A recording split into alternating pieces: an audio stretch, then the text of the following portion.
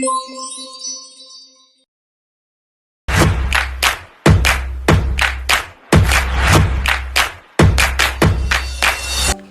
teman-teman, aku Debbie, mahasiswi Fakultas Ekonomi dan Bisnis Universitas Swadaya Gunung Jati Cirebon. Pada video kali ini, aku akan membahas materi modal manusia. Tujuan video ini dibuat agar dapat menambah pengetahuan, sehingga kalian dapat memahami tentang modal manusia.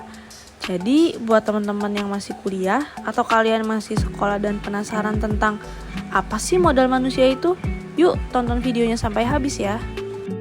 Oke, jadi sebelum masuk ke materinya kita harus tahu dulu nih, apa sih pengertian human capital itu? Istilah human capital pertama dikemukakan oleh seorang ekonom bernama Theodore Schultz yang berpendapat bahwa peningkatan kesejahteraan pada perusahaan tidak tergantung pada tanah, peralatan, energi, sumber daya, melainkan pada kompetensi pengetahuan dari pegawainya. Kemudian, ia mendeskripsikan posisi human capital sebagai kemampuan sumber daya manusia yang diperoleh melalui investasi pada sumber daya manusia, yang mendeskripsikan bahwa human capital terdiri dari 4 hal, yaitu kemampuan, perilaku, usaha, waktu, dan semuanya yang dimiliki dan dikendalikan oleh sepenuhnya oleh pegawai. Selanjutnya, tujuan dari human capital sendiri tuh apa sih?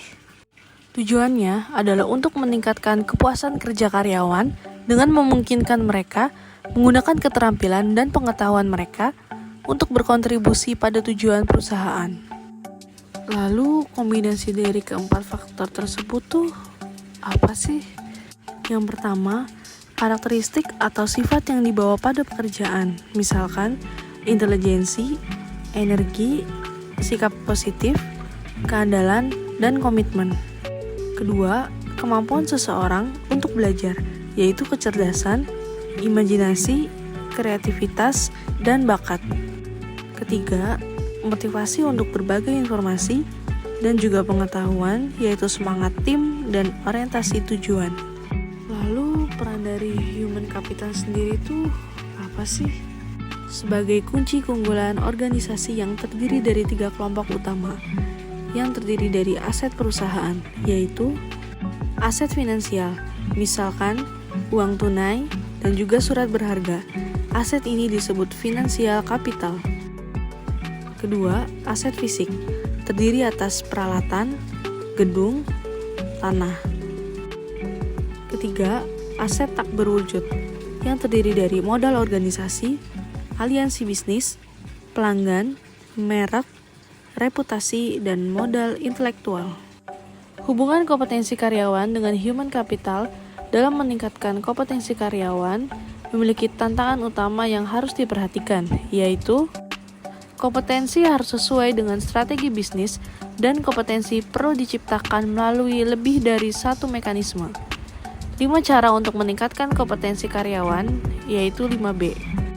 Buy atau membeli, yaitu mengganti sumber daya manusia yang lama dengan yang baru dan memiliki kualitas yang lebih baik. 2. Build atau membangun. Investasi dilakukan terhadap sumber daya manusia untuk meningkatkan kualitasnya menjadi lebih baik. 3. Borrow atau meminjam. Penggunaan konsultan atau partner efektif memungkinkan berbagai pengetahuan dan desain kerja baru.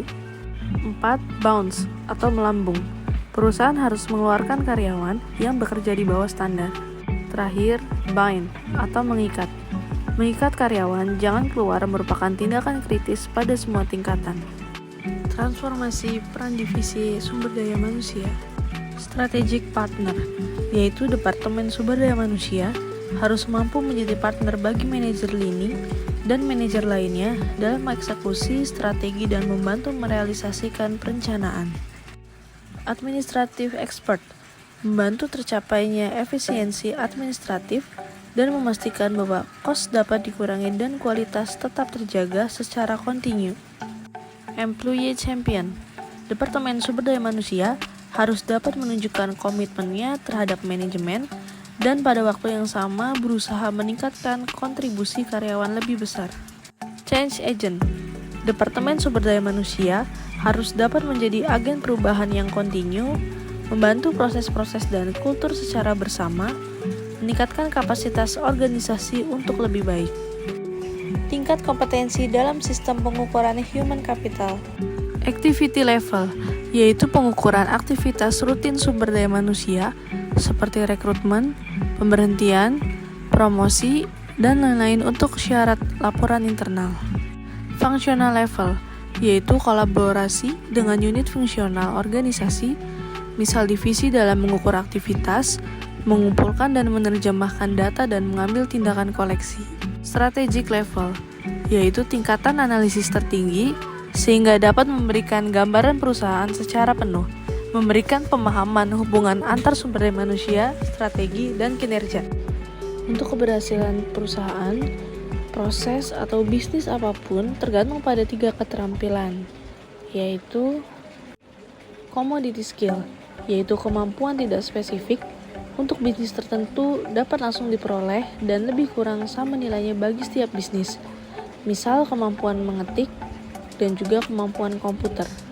Leverage skill, yaitu pengetahuan yang meskipun tidak spesifik untuk perusahaan industri tetap, relatif lebih berharga bagi perusahaan tertentu daripada perusahaan lain.